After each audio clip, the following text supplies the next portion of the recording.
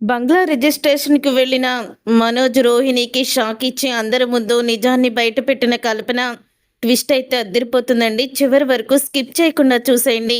Video నచ్చితే తప్పకుండా like చేయండి. కల్పన అయితే కెనడా నుంచి వచ్చి మళ్ళీ బాలు కార్‌ని బుక్ చేసుకుంటుంది. అప్పుడే ఇక బాలు అయితే "ఎలా ఉన్నారు మేడం" అని అడుగుతూ ఉంటాడు. "నేను బానే ఉన్నాను బాలు. నేను ఇండియాకి వస్తే నువ్వే గుర్తుకొస్తున్నావు బాలు. అందుకని నీ కారే ఈసారి కూడా బుక్ చేశాను. నువ్వుంటే నాకు ధైర్యంగా ఉంటుంది" అని అంటూ ఉంటుంది కల్పన అయితే. "నాకు కూడా మిమ్మల్ని చూస్తే దగ్గర మనిషిలా చూసినట్టే ఉంటుంది మేడం. మీరు ఎప్పుడు ఇండియా వచ్చినా సరే నాకు ఫోన్ చేయండి. వేరే పనున్నా మానేసుకొని ఇక మిమ్మల్ని ఇలా కార్‌లో ఎక్కించుకుంటాను" అని అంటూ ఉంటాడు బాలు అయితే. "ఇక నేను ఇండియాకి రాదలుచుకోలేదు బాలు. ఇదే లాస్ట్ టైము. నేనింక కెనడాలోనే సెటిల్ అయిపోతాను" అని అంటూ ఉంటుంది కల్పన.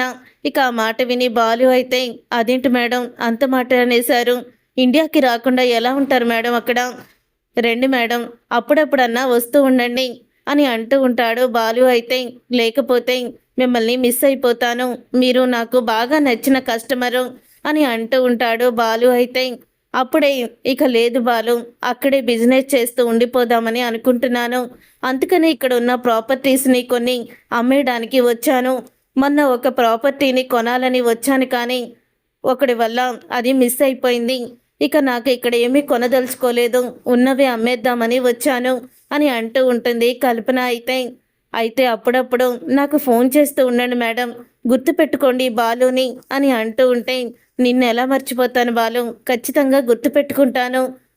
అవును, ఇప్పుడు ఎక్కడికి వెళ్ళమంటారు" అని అడుగుతూ ఉంటాడు బాలు అయితే. "ముందుగా ఏదైనా మంచి హోటల్‌కి పోనివ్వు. ఆ తర్వాత రూమ్‌లో ఫ్రెష్ అప్ అయిపోయి తరువాత మనం రిజిస్ట్రేషన్ ఆఫీస్‌కి వెళ్ళాలి. అక్కడ మా లాయర్ ఉంటాడు. అన్నీ ఆయన చూసుకుంటాడు" అని అంటూ ఉంటుంది కల్పన అయితే. "సరే మేడం, రిజిస్ట్రేషన్ ఆఫీస్‌కి వెళ్దాం. ముందు రూమ్ అయితే చూద్దాము" అని అంటూ ఇక హోటల్‌కైతే తీసుకువెళ్తాడు. అలా హోటల్‌కి తీసుకువెళ్ళిన తర్వాత అప్పుడు ఇక లగేజ్ అయితే బాగా ఎక్కువ ఉంటుంది. కల్పన అయితే, "ఇక్కడ ఎవరు కూడా లగేజీ తీసుకువెళ్ళే వాళ్ళు లేరంటావా బాలు? ఒకసారి అడుగు" అని అడుగుతూ ఉంటే, "నేనున్నాను కదా మేడం, నేను హెల్ప్ చేస్తాలేండి" అని బాలు అయితే. అప్పుడు ఇక కల్పన లగేజీని మొత్తం కూడా తీసుకువెళ్ళి ఇక రూమ్‌లో అయితే పెడతాడు. "ఇది మంచి బెస్ట్ హోటల్ మేడం. మా ఫ్రెండ్ వాళ్ళ ఫ్రెండ్‌దే. మీరు ఎటువంటి భయం అవసరం లేదు. చాలా సెక్యూరిటీగా ఉంటుంది" అని అంటూ ఉంటాడు బాలు. "నాకు నచ్చింది ఇదే బాలు. అందుకనే నేను నాకు నువ్వు తోడుగా ఉంటే ఇక్కడ సేఫ్టీ అని ఈసారి కూడా నిన్నే కారు తీసుకురమ్మని నీ కారులోనే ఎక్కాను" అని అంటూ ఉంటుంది కల్పన అయితే. "ఫ్రెష్ అయిపోయి కిందకి వచ్చేయండి మేడం, రిజిస్టర్ ఆఫీస్‌కి వెళ్దాం. మళ్ళీ టైం అయిపోతే ఆఫీస్ క్లోజ్ అయిపోతుంది" అని బాలు అయితే అంటాడు. "సరే, నేను 10 మినిట్స్‌లో వస్తాను" అని చెప్తూ ఉంటుంది కల్పన. బాలు అయితే ఇక కల్పన కోసం వెయిట్ చేస్తూ ఉంటాడు. తరువాత ఇక రోహిణికి అలాగే మనోజ్ ఇద్దరు కూడా ఇల్లు కొనాలని అనుకుంటారు. ఇంతలో ఒక పార్టీ అయితే మంచి ఇల్లుంది ఫలానా ప్లేస్‌లో అనేసరికి అప్పుడు ఇక రోహిణి అయితే, "ఈ మధ్య మోసాలు ఎక్కువైపోయినాయి మనోజ్. అందుకనే మనం ఏం చేద్దామంటే ముందు అసలు ఆ ఇల్లు గురించి మొత్తం కూడా మనం తెలుసుకుందాము. ఆ ఇల్లు గురించి మొత్తం కూడా మనం తెలుసుకొని వెళ్దాము. అప్పుడు రిజిస్ట్రేషన్ చేసుకుందాము. ఎవరిని నమ్మకూడదు" అని అంటూ ఉంటుంది రోహిణి అయితే. "అవును రోహిణి, నువ్వు చెప్పింది కూడా నిజమే. అలాగే చేద్దాము" అని అంటూ ఉంటాడు మనోజ్ అయితే. ఇద్దరు కూడా రిజిస్టర్ ఆఫీస్‌కి అయితే బయలుదేరుతారు. అలా రిజిస్టర్ ఆఫీస్‌కి బయలుదేరి వాళ్ళు కూడా లోపలే ఉంటారు రిజిస్టర్ ఆఫీస్‌లో. ఇంతలో కల్పన రెడీ అయ్యి ఇక బాలు దగ్గరికి వస్తుంది. "వెళ్దామా బాలు" అని అడుగుతూ ఉంటుంది. అప్పుడే ఇక బాలు అలాగే కల్పన ఇద్దరు కూడా ఇక రిజిస్టర్ ఆఫీస్‌కి అయితే బయలుదేరుతారు. అలా బయలుదేరిన తర్వాత ఇంతలో అదే రోడ్డులో హాస్పిటల్‌కి జాబ్ చేయడానికి వెళ్తున్న సుమతి అయితే బాలు కార్‌ని చూస్తుంది. "బావ ఇటువైపు వచ్చాడేంటి? ఎవరినైనా కస్టమర్‌ని ఎక్కించుకొని వచ్చుంటాడు" అని అనుకుంటూ తను ఆగి చూస్తూ ఉండగా ఇక కల్పన అయితే కారు దిగుతుంది. ఇక కల్పన కారు దిగేసరికి కల్పనని చూసి, "ఎవరి అమ్మాయి? ఎక్కడో చూసినట్టుంది" అని అనుకుంటూ ఉంటుంది. సుమతి అయితే, "అవును నిజమే, ఈ అమ్మాయిని ఎక్కడో చూసినట్టు గుర్తొస్తుంది" అని అనంగాల్నే అప్పుడు ఇంకా "ఎవరబ్బా, ఎవరో గుర్తుకు రావడం లేదే" అని అనుకుంటూ ఉంటుంది. సుమతి అయితే అలా ఆలోచిస్తూనే ఉంటుంది. ఈలోగా ఇక రిజిస్టర్ ఆఫీసులోకి వెళ్తుంది కల్పన. అయితే ఇక రిజిస్టర్ ఆఫీసులోకి కల్పన వెళ్ళిన తర్వాత మనోజ్, రోహిణి అయితే కూర్చొని ఉంటారు. ఇక వాళ్ళిద్దరిని చూసి వీళ్ళిద్దరేంటి ఇక్కడున్నారు, వీళ్ళ ముఖాలు చూస్తుంటేనే నాకు అసహ్యం వేస్తుంది. అసలు వీళ్ళని చూస్తూ నేను ఇక్కడ ఉండను, తర్వాత వచ్చి రిజిస్ట్రేషన్ చేయించుకుంటాను అని అనుకుంటూ తనైతే ఇక కల్పన అక్కడి నుంచి బయటికి వచ్చేస్తుంది. అదేంటి మేడం అప్పుడే అయిపోయిందా, వచ్చేసారు అని అంటూ ఉంటే, లేదు బాలు, లోపల 2 దుష్టగ్రహాలు ఉన్నాయి. ఆ దుష్టగ్రహాల్ని చూస్తూ ఉంటే నాకు అక్కడ ఉండబుద్ధి కాలేదు, అందుకనే రేపు చేయించుకుంటానులే బాలు అని అంటూ ఉంటుంది కల్పన. అయితే సరే మేడం, మరి హోటల్కి తీసుకువెళ్ళమంటారా అని అడుగుతూ ఉంటే, లేదు బాలు, ఇక్కడ రాజమండ్రి గోదావరి ఉంది కదా, అక్కడికి తీసుకువెళ్ళు, కాసేపు అక్కడ కూర్చుంటాను ప్రశాంతంగా అని అంటూ ఉంటుంది కల్పన. అప్పుడే బాలు అయితే ఇక కల్పనని తీసుకొని గోదావరి గట్టు దగ్గరికి అయితే వెళ్తాడు. అప్పుడే ఇక కల్పన అయితే, చూసావు బాలు ఎంత ప్రశాంతంగా ఉందో అని అంటూ ఉంటుంది కల్పన. అయితే అవును ఫార్నమ్మ, అంత ప్రశాంతంగా ఉంటుందో ఈ గోదావరి గట్టు మీద అని అంటూ ఉంటాడు బాలు కూడా. అప్పుడే ఇక కొన్ని ఫోటోలు అయితే తీసుకుంటుంది కల్పన. తీసుకున్న తరువాత, బాలు, మళ్ళీ నేను ఇండియాకి రావాలని అనుకోవడం లేదు కదా, మన ఇద్దరం కలిసి ఒక సెల్ఫీ ఫోటో తీసుకుందాం అని అంటూ ఇక తన ఫోన్లో సెల్ఫీ ఫోటో తీసుకుంటుంది. అలాగే బాలు ఫోన్ కూడా ఇమ్మని బాలు ఫోన్లో కూడా సెల్ఫీ ఫోటో తీసుకుంటుంది. అప్పుడు ఇక బాలు అయితే, చాలా బాగా వచ్చినాయి మేడం ఫోటోలు అని బాలు అంటాడు. తర్వాత బాలు అలా అనేసిన తర్వాత అప్పుడు ఇక రూమ్కి అయితే వెళ్ళిపోతుంది కల్పన. ఇక రూమ్కి వెళ్ళిపోయి కల్పనని డ్రాప్ చేసేసి బాలు అయితే ఇంటికి తిరిగి వస్తాడు. కానీ సుమతికి మాత్రం ఆ అమ్మాయి ఎవరు, బావతో వచ్చిన అమ్మాయిని ఎక్కడో చూసినట్టుంది కానీ ఎక్కడ చూశానో ఎవరన్న సంగతి ఇంకా గుర్తుకు రావటం లేదు అని అన్నీ కూడా గుర్తు చేసుకుంటూ ఉంటుంది. అలా గుర్తు చేసుకుంటూ ఉండగా అప్పుడే ఇంకా తనకి గుర్తుకొచ్చేస్తుంది, అవును ఆ రోజు పెళ్లిలో చూశాను, మనోజు తను లవరే, మనోజ్ని మోసం చేసింది కదా అమ్మాయి, ఈ అమ్మాయి గుర్తుకొచ్చింది అని వెంటనే ఇక బాలుకైతే ఫోన్ చేస్తుంది. ఇక బాలుకి ఫోన్ చేసి, బావా, నువ్వు మధ్యాహ్నం ఒక అమ్మాయిని రిజిస్టర్ ఆఫీస్కి తీసుకువెళ్ళావు కదా అని అంటూ ఉంటే, అవును తీసుకువెళ్ళాను, నువ్వెప్పుడు చూసావు చిన్నగంప అని అడుగుతూ ఉంటాడు బాలు. నేను హాస్పిటల్కి అదే రూట్లో వెళ్తాను బావా, అప్పుడు చూశాను, టైం అవుతుందని వెళ్ళిపోయాను, కానీ నీ కారులో వచ్చిన అమ్మాయి ఎక్కడో చూశానని గుర్తుకొస్తూ ఇప్పుడు దాకా కూడా ఎక్కడ చూశానని గుర్తు తెచ్చుకుంటూనే ఉన్నాను, ఇప్పుడే గుర్తుకొచ్చింది, ఆ అమ్మాయి ఎవరో కాదు బావా, నువ్వు ఆ అమ్మాయితో ఉంటే అదేంటి బావ ఆ అమ్మాయితో ఉన్నాడు అని అనుకున్నాను, నువ్వు ఆ అమ్మాయిని గుర్తుపట్టలేదనుకుంటా, తను ఎవ్వరూ కాదో మీ అన్నయ్య మనోజ్ని మోసం చేసి మావయ్య కష్టాన్ని 40 లక్షలు తీసుకువెళ్ళిపోయింది, కెనడా పారిపోయింది ఆమె అని అంటూ ఉంటుంది సుమతి. ఇక ఆ మాట విని ఒక్కసారే బాలు అయితే షాక్ అయిపోతూ ఉంటాడు. బాలు షాక్ అయిపోతూ, ఏం మాట్లాడుతున్నావు సుమతి నువ్వు, మనోజ్ గడి దగ్గర డబ్బులు కొట్టేసిన అమ్మాయా అని అంటూ ఉంటాడు బాలు. అవును బాబా, ఖచ్చితంగా ఆ అమ్మాయి అని అంటూ ఉంటే, లేదు సుమతి, అసలు తను అలాంటిది కాదు, చాలా మంచిది అని అంటూ ఉంటాడు బాలు. బాబా, నువ్వు మంచి మాటలు అనేసరికి మంచిది అనుకుంటున్నావు, కానీ ఖచ్చితంగా ఆమె. అవును, ఆ అమ్మాయి పేరు కల్పననేనా, నీ కారు ఎక్కిన అమ్మాయి అని అడుగుతూ ఉంటే, అవును కల్పననే అని అంటూ ఉంటాడు బాలు. అప్పుడే సరే, నీ ఫోన్లో అమ్మాయికి సంబంధించిన ఫోటో ఏమన్నా ఉందా అని అడుగుతూ ఉంటే, ఉంది అని చెప్పి ఇక సుమతికైతే ఫోటోని పంపిస్తాడు. అప్పుడే ఫోటోని చూసి, అవును బావా, ఖచ్చితంగా మనోజ్ దగ్గర డబ్బులు కొట్టేసిన అమ్మాయి, మనోజ్ మాజీ ప్రేయసి అమ్మాయి అని అంటూ ఉంటుంది సుమతి. ఇక ఆ మాట విని ఒక్కసారి బాలు అయితే షాక్ అయిపోతూ ఉంటాడు. ఒకవేళ ఇంకా నా మీద నమ్మకం లేకపోతే బావా, వెళ్ళి అక్కని అడుగు అని అంటూ ఉంటుంది సుమతి.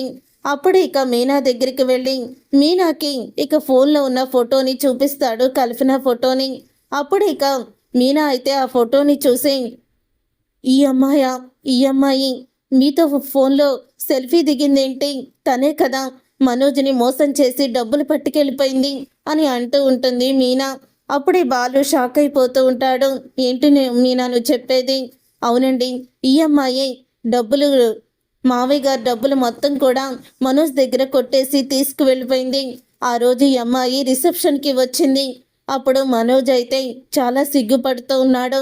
అమ్మాయి కోపంగా ఉంటే పక్కకి తీసుకువెళ్ళి ఏదో బ్రతిమలాడాడు కూడాను అని అంటూ ఉంటే అప్పుడు ఇక షాక్ అయిపోతూ ఉంటాడు బాలు అయితే. మా నాన్న డబ్బులు కొట్టేసి నా కార్లోనే ఎక్కి తిరుగుతుందనమాట. ఇప్పుడే దాని సంగతి చెప్తాను అని బాలు అయితే, ఇప్పుడు నేను వెళ్ళి అమ్మాయి దగ్గర తేల్చుకుంటాను, కానీ ఈ విషయం మాత్రం ఎవ్వరికీ చెప్పకు అని అంటూ ఉంటాడు బాలు మీనాతో. సరేనండి అంటుంది మీనా. ఇక బాలు అయితే చాలా కోపంగా కల్పన ఉన్న హోటల్ రూమ్ దగ్గరికి అయితే వెళ్తాడు. అలా వెళ్ళిన తర్వాత అప్పుడే ఇక కల్పన డోరు తన్నేసి లోపలికి వస్తాడు పర్మిషన్ లేకుండా బాలు. ఏంటి బాలు, నువ్వేదో పద్ధతైన వాడు అనుకుంటే నువ్వేంటి ఇలా చేస్తున్నావు? కనీసం డోరు కొట్టి లోపలికి రావాలని తెలీదా? ఒక ఆడపిల్ల ఉన్న గదిలోకి అలా డోరు బద్దలు కొట్టుకుని వచ్చేయడమేనా అని కల్పన కోపంగా అడుగుతుంది. నీలాంటి దానికి నేను మర్యాద ఇవ్వను అని అంటూ ఉంటాడు బాలు.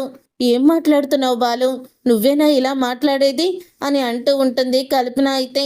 నీ గురించి తెలియక ముందు నిన్ను ఎంతో గౌరవించాను, కానీ నీ గురించి తెలిసాక నేను అస్సలు కూడా నిన్ను క్షమించను అని అంటూ ఉంటాడు బాలు అయితే.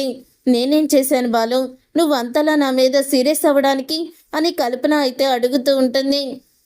కొన్ని సంవత్సరాలు కష్టపడి చెమటోడ్చి తన రక్తాన్ని తన కష్టంగా మార్చుకొని ఆ డబ్బులు దేనికో దానికి పనికొస్తాయని అనుకునే లోపం ఆ డబ్బుని కొట్టేసి ఆయన కష్టాన్ని నువ్వు మింగేసి పారిపోయావు కదా అని అడుగుతూ ఉంటాడు బాలు. ఇక ఆ మాటకి ఒక్కసారి షాక్ అయిపోతూ ఉంటుంది కల్పన. ఏంటి షాక్ అయిపోయావా? నువ్వు కొట్టేసిన డబ్బుల గురించి నాకెలా తెలిసిందనుకున్నావా? నువ్వు కొట్టేసిన డబ్బులు ఎవరివి అనుకున్నావో? మా నాన్నవే. నువ్వు ప్రేమించిన మనోజ్, మోసం చేసిన మనోజ్ మా అన్నయ్య అని అంటూ ఉంటాడు బాలు. ఇక ఆ మాట విని తలదించుకుంటుంది కల్పన అయితే. ఇన్ని రోజులు నీ గురించే ఎదురు చూస్తున్నాను, ఇప్పటికి నువ్వు దొరికావు అని బాలు అయితే చెప్తూ ఉంటాడు. ఏంటి బాలు నువ్వు? అవును మోసం చేశాను, అయినా ఇప్పుడేంటి? మోసం చేసినా కూడా ఆ డబ్బులు ముక్కుపిండి వసూలు చేయించింది కదా మీ వదిన రోహిణి అని అంటూ ఉంటుంది కల్పన అయితే. ఆ మాట విని ఒక్కసారి బాలు షాక్ అయిపోతూ, ఏంటి కొత్త డ్రామా ఆడుతున్నావా? అసలు డబ్బులు ఇవ్వడం ఏంటి అని అనగానే, డ్రామా కాదు ఇది నిజం అని అంటూ ఉంటుంది కల్పన అయితే. నేను మొన్న బ్యూటీ పార్లర్కి నిన్ను తీసుకువెళ్ళమన్నాను, మొన్న వచ్చినప్పుడు నువ్వు తీసుకువెళ్ళావు. అది రోహిణి బ్యూటీ పార్లరే కదా. ఆ రోహిణి నన్ను గుర్తుపట్టి మనోజ్కి ఫోన్ చేయించి నన్ను పోలీస్ స్టేషన్కి తీసుకువెళ్ళిన తరువాత మనోజ్ నా గురించి ఏమీ మాట్లాడలేదు, కానీ అమ్మో తను మాత్రం అస్సలు కూడా తగ్గలేదు, జిడ్డు పట్టుకున్నట్టు అస్సలు కూడా వదలలేదు. తను మామూలు అడిది కాదు, తడిగుడ్డలతో గొంతు కోసే రకం తను. అలాంటిది చాలా పవర్ఫుల్ లేడీ, మామూలుది కాదు అని అంటూ ఇక రోహిణి గురించి అయితే చెప్తుంది. అప్పుడు ఇక ఆ మాట విని ఒక్కసారి బాలు షాక్ అయిపోతూ ఉంటాడు. అయినా మీ నాన్న కష్టార్జితం అంటున్నావు, ఆ రోజు కూడా ఆ రోహిణి అలాగే మాట్లాడింది. మా మావయ్య గారి కష్టార్జితం 40 లక్షలు మింగేసింది, ఆయన ఎంత బాధపడతారు ఈ వయసులో అని చెప్పి అంతగా అందరి ముందు నటించేసింది. ఆ డబ్బుల గురించి మీకు ఇంట్లో చెప్పలేదా అని అడుగుతూ ఉంటుంది కల్పన. అప్పుడే బాలు అయితే చెప్పలేదు అని బాలు అంటాడు. ఆ రోహిణి మామూలు ఆడదు కాదు, తను దేనికైనా తెగించే ఆడదలాగే కనిపిస్తుంది. ఆ రోజు అన్ని రూల్స్గా మాట్లాడింది. మరి ఆ డబ్బులు వచ్చాయని మీ నాన్నకి చెప్తే మీ నాన్న సంతోషపడతారు కదా, మరి మీ నాన్నకి ఎందుకు చెప్పలేదు, మీకెందుకు చెప్పలేదు, ఎందుకు దాచిపెట్టింది అని అడుగుతూ ఉంటుంది కల్పన అయితే. అప్పుడు ఇంకా అన్నీ కూడా గుర్తు చేసుకుంటూ ఉంటాడు. మా మామయ్య మలేషియా నుంచి 25 లక్షలు పంపించాడు, దాంతో మేము బిజినెస్ స్టార్ట్ చేయాలనుకుంటున్నాము అని ఇద్దరు కూడా స్వీట్స్ బట్టలు అప్పట్లో ఇంకా ప్రభావతికి సత్యానికి తీసుకొచ్చినప్పుడు ఇక వాళ్ళు చెప్పిన మాటలు అన్నీ కూడా గుర్తు చేసుకొని ఇక షాక్ అయిపోతూ ఉంటాడు బాలు అయితే. వెళ్ళి నిలదీయి వాళ్ళని అడుగు, మొత్తం 48 లక్షలు వడ్డీతో సహా వసూలు చేసింది. కోర్టులో కేసు వేసి బోన్లో నుంచోబెడతాను, కెనడా మొత్తం నీకు వీసా పాస్పోర్ట్ అన్నీ క్యాన్సిల్ అయ్యే చేస్తాను అని నన్ను బెదిరించింది. ₹1 కూడా మీ వదిన వదలలేదు అని అంటూ ఉంటుంది కల్పన అయితే. వెళ్ళి వాళ్ళనే నిలదీయి చెప్తారు అని అంటూ ఉంటే నేను వెళ్ళి చెప్పినా వాళ్ళు నమ్మరు కాదు కదా, మా అమ్మ కూడా నమ్మదు. మళ్ళీ మా అమ్మ నోటికొచ్చినట్లు మాట్లాడుతుంది. అందుకని నువ్వొచ్చే నిజం చెప్పాలి పార్నమ్మ అని అంటూ ఉంటాడు బాలు అయితే. అప్పుడు ఇక కల్పన అయితే, వస్తాను బాలు, నీ కోసం వస్తాను, నీ మంచితనం కోసం వస్తాను, వచ్చి వాళ్ళు ఆడుతున్న నాటకానికి ఫుల్ స్టాప్ పెడతాను అని అంటూ ఉంటుంది. కల్పన అయితే ఇక కల్పన మాటలకి ఆనందపడుతూ కల్పనను తీసుకొని బాలు అయితే ఇంటికి వస్తాడు. ఇక బాలు ఇంటికి వచ్చిన తర్వాత కల్పనని కారులోనే కూర్చోమంటాడు. అప్పుడే ఇక బాలు లోపలికి వచ్చి ఇక భోజనం చేస్తున్న మనోజ్ని ఇక ఆ భోజనం దగ్గర నుంచి లేవమని, అప్పుడు ఇక ప్రభావతి ఎలాగైతే తప్పు చేసినప్పుడు బోన్లో నుంచోబెట్టాడో అదే రీతిగా టేబుల్ని ఇక నిలబెట్టి బోన్లో నుంచోబెట్టినట్టు ఇక తప్పు చేసిన మనోజ్నైతే బోన్లో నుంచోబెడతాడు. అప్పుడే బోన్లో నుంచోబెట్టిన తర్వాత ఇక రోహిణి అయితే, ఏంటి బాలు, ఎందుకు నువ్వు ఇలా రెచ్చిపోతున్నావు, నీకేమైనా పిచ్చి పట్టిందా, నా భర్తని ఇలాగా సెల్లో పెట్టినట్టు పెట్టావేంటి అని అంటూ ఉంటే, మా అమ్మని ఇలాగే నిలబెట్టాను, తర్వాత మా అమ్మ ఏదో విషయం ఏలో తప్పు చేశానని నన్ను కూడా కారు అమ్మేసిన విషయంలో నన్ను కూడా ఇలాగే నిలబెట్టింది. మరి నీ భర్త తప్పు చేశాడు కాబట్టి ఇప్పుడు నీ భర్తని నేను ఇలా బోన్లో నిలబెట్టాను అని అంటూ ఉంటాడు బాలు అయితే. రే, ఏమైందిరా, నా కొడుకు ఎదుగుతుంటే నువ్వు ఓర్చుకోలేకపోతున్నావు కదా అని అంటూ ఉంటుంది. ప్రభావతి అయితే, అవును, నీ కొడుకు ఇలాగా ఎదుగుతుంటే ఓర్చుకోలేకపోతున్నాను, మామూలుగా ఎదుగుతున్నాడా అని అంటూ ఉంటాడు బాలు అయితే. తరువాత ఇక రోహిణి అయితే, మనోజ్ నువ్వు బయటికి రా, ఈ బాలు నిజంగానే మనల్ని చూసి ఓర్చుకోలేకపోతున్నాడు, మనం అంత డబ్బు సంపాదించేసరికి ఇల్లు కూడా కొనుక్కుంటున్నామనేసరికి ఓర్చుకోలేక ఇదంతా చేస్తున్నాడు, తలకిందులుగా తపస్సు చేసినా చెప్పాను కదా మా ఆయన అంత సంపాదన నీకు రాదని, ఈ 6 నెలల్లో కనీసం పైన గది కూడా వెయ్యలేకపోయారు 5 లక్షలు పెట్టి, మళ్ళీ ఇప్పుడు మేము ఎదుగుతుంటే చూడలేక ఇలా మాట్లాడుతున్నారు అని అంటూ ఉంటుంది రోహిణి అయితే. నోటికొచ్చినట్లు మాట్లాడుకు రోహిణి, నా భర్త కారణం లేకుండా ఏ పని చేయరు అని అంటూ ఉంటుంది మీనా. కరెక్ట్గా చెప్పావు మీనా, అయినా ఈ పార్లర్లమ్మ చేసిన మోసాలు ఎవరికి తెలియవు అని అంటూ ఉంటాడు బాలు. మోసాలేంటి మోసాలు, ఎవరు చేశారు మోసాలు, ఇంకోసారి మోసాలు అని చెప్పినా మమ్మల్ని ఇలా నిలదీయాలని చెప్పినా చూసినా బాగో చెప్తున్నా, మనోజ్ ఏదో డబ్బుల విషయంలో ఏదో చిన్న అబద్ధాలు ఆడుంటాడు అంతే తప్ప ఒకళ్ళ డబ్బుల మీద బ్రతికే అసలు అవసరం మాకు లేదు అని అంటూ ఉంటే, నేను కోటీశ్వరరాల్ని, నాకు మా నాన్న జైల్లో ఉన్నా సరే డబ్బులు పంపిస్తాడు, అలాంటప్పుడు మీలాంటి వాళ్ళని పట్టించుకోవాల్సిన అవసరం కూడా లేదు అని అంటూ ఉంటుంది రోహిణి అయితే. అప్పుడు ఇక రోహిణి అలా అంటూ ఉండగానే లోపలికి వచ్చి కల్పన రోహిణి చంప పగలగొడుతుంది. ఇక రోహిణి చంప పగలగొట్టి కల్పనని చూసి షాక్ అయిపోతూ ఉంటారు రోహిణి మనోజ్ ఇద్దరు కూడా. అప్పుడే కల్పనను చూసిన ప్రభావతి అయితే, నువ్వు మనోజ్ గాడి దగ్గర డబ్బులు కొట్టేసిందానివి కదా, మోసం చేసిందానివి కదా అని అంటూ ఉంటే, అవును, మీ మనోజ్ దగ్గర చిన్నపిల్లోడు కదా, మోసం చేశాను, డబ్బులు కొట్టేశాను, కానీ నేనే మోసం చేసి డబ్బులు కొట్టేస్తే నా దగ్గర ఆ డబ్బులన్నీ వసూలు చేసి నీ కోడలు నాకన్నా రాయగారి, నాకన్నా లేడీ కిలాడి తనేం చేసిందో తెలుసా, నీ కొడుకు చేత అబద్ధం చెప్పించింది, ఆ డబ్బులన్నీ కూడా నొక్కేసి వాళ్ళ నాన్న మలేషియా నుంచి పంపించాడని మీ దగ్గర నాటకం ఆడింది, నీ కోడలు మామూలు తెలివైంది కాదు అని నిజాన్ని బయట పెడుతుంది. అప్పుడే రోహిణి అయితే షాక్ అయిపోతూ, ఏంటి మాట్లాడుతున్నావు అంటే, బాలుకి నువ్వు కనిపించావు, బాలు నిన్ను డబ్బులు అడిగేసరికి నువ్వు ఇలాగ మా మీద మళ్ళీ నింద వేసేస్తున్నావా డబ్బుల నుంచి తప్పించుకోవడానికి అని అంటూ ఉంటుంది రోహిణి. ఏ కాలంలో ఉన్నావమ్మా నువ్వు, ఆ రోజు నీ సహస్తాలతో సంతకం పెట్టారు మీ మొగుడు పెళ్ళాలిద్దరూను, అలాగే మా లాయర్ తన జేబులోనే ఉంచి ఫోన్తో వీడియో కూడా తీశాడు అని అంటూ ఉంటుంది కల్పన అయితే. ఇక కల్పన మొత్తం డాక్యుమెంట్స్ని చూపిస్తుంది. అవి చూసి రవి, శృతి కూడా షాక్ అయిపోతూ ఉంటారు.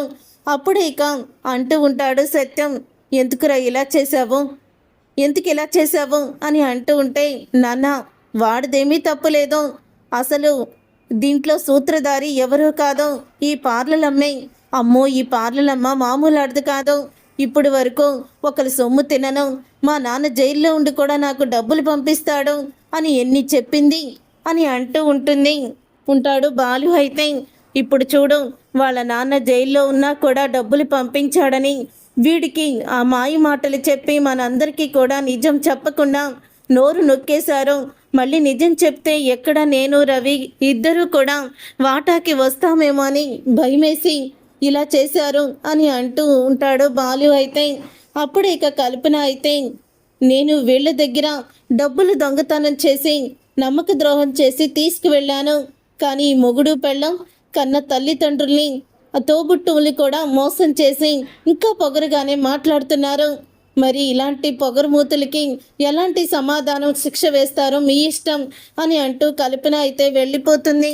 చూశారుగా ఫ్రెండ్స్, మరి కల్పన వెళ్ళిన తర్వాత కల్పన చెప్పిన నిజాన్ని చూసి అప్పుడు మనోజ్ని రోహిణి మీద ఎటువంటి శిక్ష వెయ్యబోతున్నాడో సత్యం, వాళ్ళిద్దరికి ఎటువంటి శిక్ష విధించబోతున్నాడో అనేది రాబోయే కథలో తెలుసుకుందాం. ఈ వీడియో మీకు నచ్చితే తప్పకుండా లైక్ చేయండి.